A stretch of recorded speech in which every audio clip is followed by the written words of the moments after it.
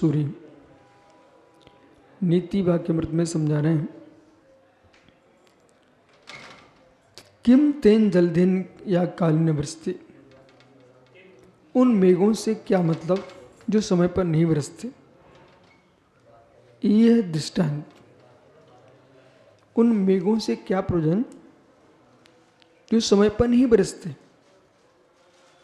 जब बरसना चाहिए तब सूखा, जब नहीं बरसना चाहिए तब बरस रहे हैं। उससे फसल का विनाश ही होगा, न कि हरियाई होगी। ये बातें कौन कर रहा है? मत डालो अंतराय। मामा है, बहुत बढ़िया। तो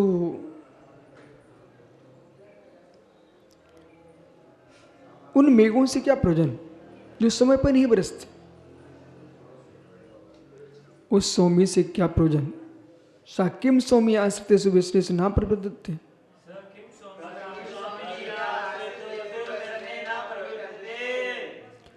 साकिम सौम्य, वो सौम्य कैसा जो संकट के काल में भी अपने आश्रित लोगों को कष्ट दूर ना कर सके। वो सौम्य कैसा।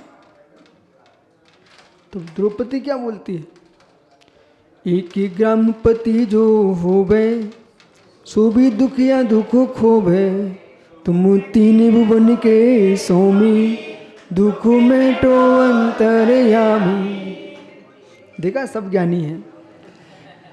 हे प्रभु, एक गांव का मुखिया सरपंच है, उसके द्वारे भी जाओ तो अपनी योग्यता से कष्ट दूर करता है, करना ही चाहिए, उसका दायित्व है। और पद मिलते विकास होता बुद्धि का। समझ रहे कि नहीं आप?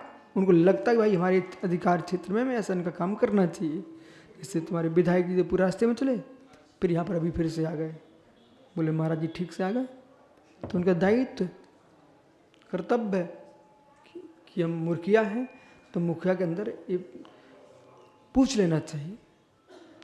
आप घर के मुखिया हो तो घर के मुखिया माता पिता हैं, उनका कर्तव्य है जितने प्रेम से अपनी बेटी से बात करती हो उतने प्रेम से बहू से भी बात करना चाहिए।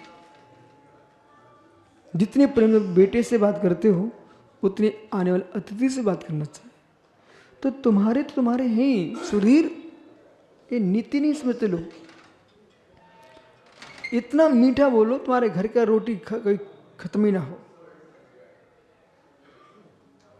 सुबह से निकल गए, मोहल्ले मोहल्ले मीठा बोल के आ गए, वहाँ मीठा इतना खाने को मिल गया, रोटी घर की बची रहेगी। अब तुम इतना कड़वा बोलना सीख गए हो कि घर की बनी रोटी वो भी कड़वी हो गई,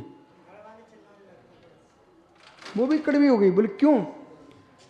चाहे माँ ने बनाई हो, चाहे बेटे की माँ ने बनाई हो, पर तुम्हारा स्वभाव इतना विचित्र टाइप का है कि परोसने वाला वो भी सोचता है कि ठीक है, अब इस भव में तो पल्ला पड़ ही गया, अगले भव में ऐसा आदमी ना मिले। तो आदमी को चाहिए है कि अधिकार मिलने पर भी मीठेपन का, कर्तव्य का ध्यान रखना चाहिए। वही बात यदि कोई ये कहे भैया बालक आप थोड़ा सा पीछे भी तो हो सकते ना, बोले क्यों? बोले वो महाराज जी के बगल में आ रहा है ना इसलिए। ठीक है, मैं समझा रहा हूँ। फिर हमारे राकेश पंडित जी आए, काय मोड़ा तो समझ नहीं आ रही है, महाराज के आगे बैठो है। बेचारा सोच के आया था कि साधु के पास आने से आनंद आता है, यहाँ तो एकदम प्राणी निकले जा रहे हैं कि पंडित इतना चिल्ला रहा है। नहीं, तो अंतर इतना है। क्या बोले? बेटा देखो महाराज जी थोड़ा दूर बैठेंगे तो अच्छा लगेगा आपको, और महाराज जी थोड़ा आगे आ जाएंगे तो और अच्छा लगेगा। बराबर?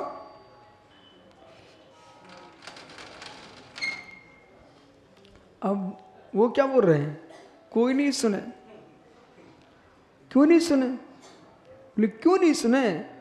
अपने सिद्धांत होना चाहिए, जब गुड़ खिलाने से काम बना तो जहर क्यों खिलाऊं?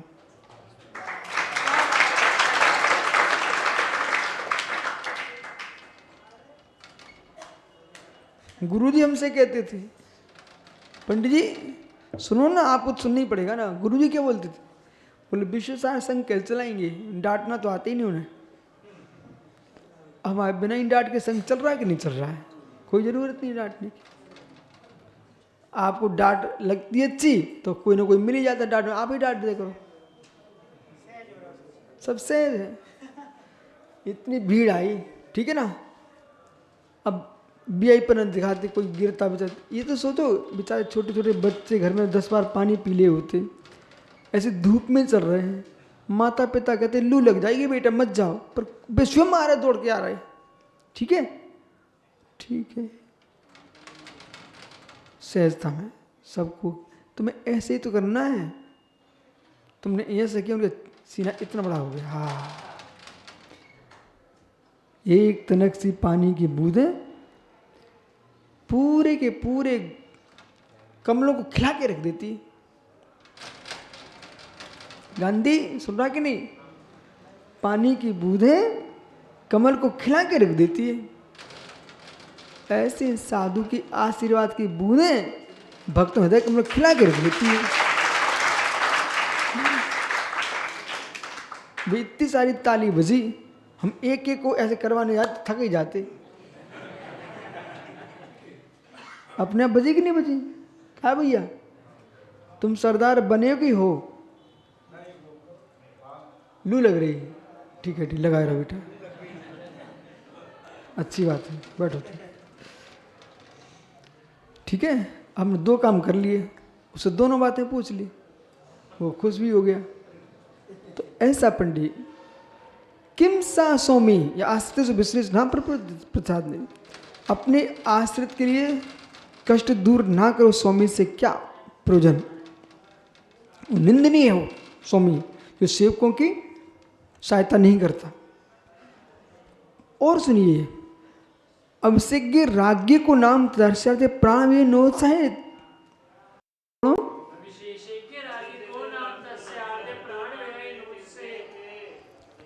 ये 25वां श्लोक क्या कह रहा है? इस अधिकार का अंतिम श्लोक सूत्र है।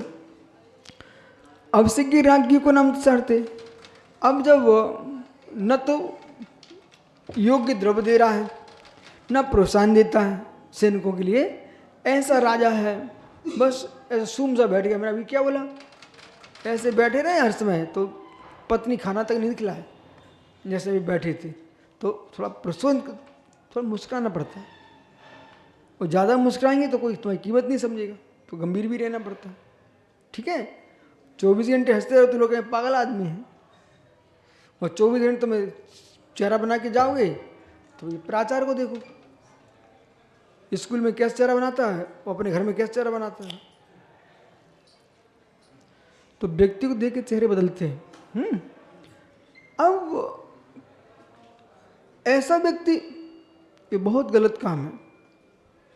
जो अच्छी पढ़ाई कर रहे बच्चे, उनको ही वही स्थान, जो अच्छे नंबर नहीं ला पा रहे उनको ही वही स्थान, तो क्या फायदा है।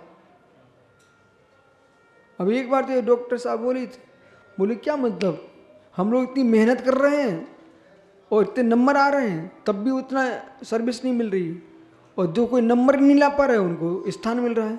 तो हमने उनको समझाया, बेटा विकल्प मत करो तुम, कि ये आपको मात्र अधिकार भरे ना मिल रहा हो, पर बुद्धि तुम्हारी है। जब जिनको अधिकार प्राप्त ज्ञानी जो बैठे ना, वे जब काम करना भूल जाएंगे और नहीं कर पाएंगे, फिर तुम्हारा ही नाम स्मरण किया जाएगा। है वो ठीक है, बाद में मिलना, अपन नियतवादी नहीं है, पुरुषार्थवादी भी है। हाँ, अपने धैर्य के लिए ऐसा विचार करना पड़ेगा, लेकिन बात ये भी समझना पड़ेगी। हमने इस विषय को कई जगह देखा है, चाहे साधु मार्ग हो, चाहे गृहस्थ मार्ग हो, राजनीति मार्ग हो, हर जगह अयोग्य आदमी बुंदेलखंडी भाषा में तो कहूँ ठसना चाहते, वो ठस भी जाते, क्योंकि अयोग्यों को हाथ पैर चलाना बनता है, योग्य बुद्धि चलाना जानते हैं, वे सज्जनता का व्यवहार करते हैं। अयोग्य कहता मेरा क्या जाएगा, तो वो उस स्थान पर पहुँच गया। पर जब अयोग्य पहुँच गया और कार्य करना नहीं बनता, तो उनको पीछे से योग्यों का ही सलाह लेना पड़ती है। हर एक नेता के सामने एक अधिकारी रहता है, समझे कि नहीं, पढ़े लिखे बच्चे रहते हैं, सलाहकार, जिन्हें आप सलाहकार कह रहे हो, वो उनसे सलाह लेते कि नहीं लेते। इसी प्रकार से साधु मार्ग, तुम आगे किसी काम में आगे प्रवेश कर गए तो तुम नहीं है बोध, तो फिर तुम पीछे से पूछना पड़ेगा ये कैसा विषय है। अपनी योग्यताओं को हीनता का तुषार नहीं लगाना चाहिए। सुना कुछ मैं क्या बोल रहा हूं?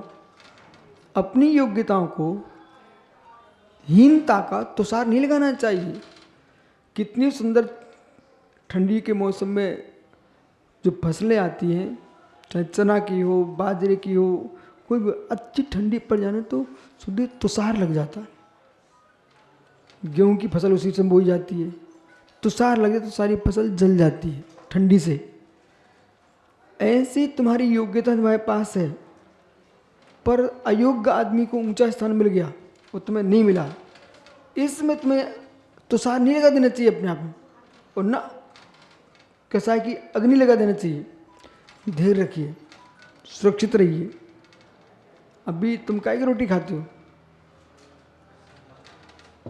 अभी आप कौन सी रोटी खाते हो, गेहूं की बाजरा की? हैं? अरे आटे की तो खाते हो, गेहूं के आटे की खाते कि बाजरे के आटे की खाते हो? बाजरे की क्यों नहीं खाते हो? हैं? अरे उसको पास दिमाग है, आप लोग टेंशन मत लो। बेटा तुम अभी बाजरे की क्यों नहीं खा रहे हो? हैं? हैं? ठंडियों में? हैं? ठंडियों में खा लेते हो ना? हाँ। अब सुनिए, कुछ धान्य ऐसा है अपने मौसम में ही स्वादिष्ट लगता है, कुछ धान्य ऐसा हर मौसम में स्वादिष्ट लगता है। अब ये बाजरे की रोटी नहीं खाता तो बाजरे की रोटी नहीं खाता ऐसा नहीं है, बाजरे की रोटी ग्रीष्म मौसम में नहीं खाता, ग्रीष्म काल में, पर ठंडियों में खाता है बच्चा, बराबर। अब बाजरा रोने लग जाए, मुझे कोई नहीं पूछ रहा, मुझे कोई, अरे तो चिंता मत, ठहर, जब ठंडी का मौसम आएगा ना तो यही चंबल के लोग बाजरा खाते हैं, बराबर। तो इसी प्रकार से कब किसका मौसम आता है, अभी आम के वृक्ष फलों से लदे हुए हैं, ठीक है, लदे कि नहीं, पर बिरिया के वृक्ष सूखे खड़े हैं, उसे फल ही नहीं है। अब वो रोने लग जा कि हम खाली खड़े हैं, लोग आम के नीचे जा रहे। तुम चिंता मत करो, जब ठंडी का मौसम आएगा, फागुन का महीना आएगा, तो तुम लदे मिलोगे और आम खड़े सूखे मिलेंगे। तो सुधीर इसका ज्ञान होना चाहिए, मैं विनोद पन्ना को सिखा रहा हूं। अब उनको हर समय मुस्कुराते रहना चाहिए।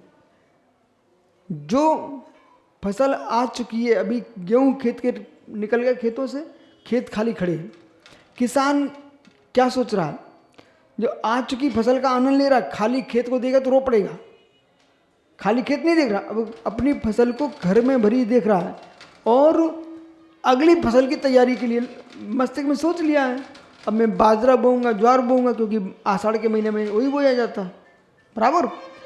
ऐसी हर व्यक्ति को अपने पुण्य पाप का चिंतन करना चाहिए, ठीक है गौरव। समय पे काम होता है, धैर्य रखना चाहिए, समय पे होता है, धैर्य रखना चाहिए। जो धैर्य छोड़ देते हैं, यदि तुम्हारी माँ धैर्य छोड़ देती ना तो तुम इतने बड़े मिलते भी नहीं। वो 2 ही महीने, 5 महीने का गर्भ हुआ, 2 महीने का गर्भ हुआ, कि बच्चा दिख जाए, बच्चा दिख जाए, बच्चा देखने बैठे तो बच्चा पलेगा कैसे? उसे 9 महीना धैर्य रखना पड़ता है, तब बच्चे का जन्म होता है। ऐसी हर कर्म के पकड़ने के लिए कम से कम अंतर मुहूर्त का धैर्य चाहिए, ठीक है। अब से सुग्राहु नाम से। अब प्रश्न ये है कि कोई व्यक्ति, राजा जो है ना, और राजनीतिक दृष्टि से उसे ज्ञान होना चाहिए कौन श्रेष्ठ है कौन अश्रेष्ठ है। यदि आपने सभी के लिए एक सा ही देखा, किसी सैनिक का प्रशंसा ही करना नहीं सीखे, तो कांच और मणि में फर्क तो सीखना चाहिए। समान व्यवहार करोगे तो अपने प्राणों का बलिदान करने के लिए युद्ध भूमि शत्रु से लड़ेगा, कौन लड़ने जाएगा? कोई नहीं जाएगा। सम्राट के अंदर गुणवत्ता का ज्ञान नहीं है, वो कहता हम तो समान व्यवहार, समान व्यवहार रखेंगे। समान व्यवहार रखने का काम नहीं चलेगा।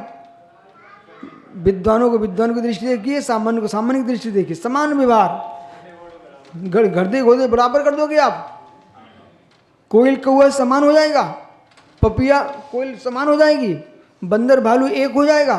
इससे समान व्यवहार नहीं होना चाहिए, आपको योग्यता का ध्यान रखना चाहिए। यही राजा की राजनीति है। शेष आगे विचार।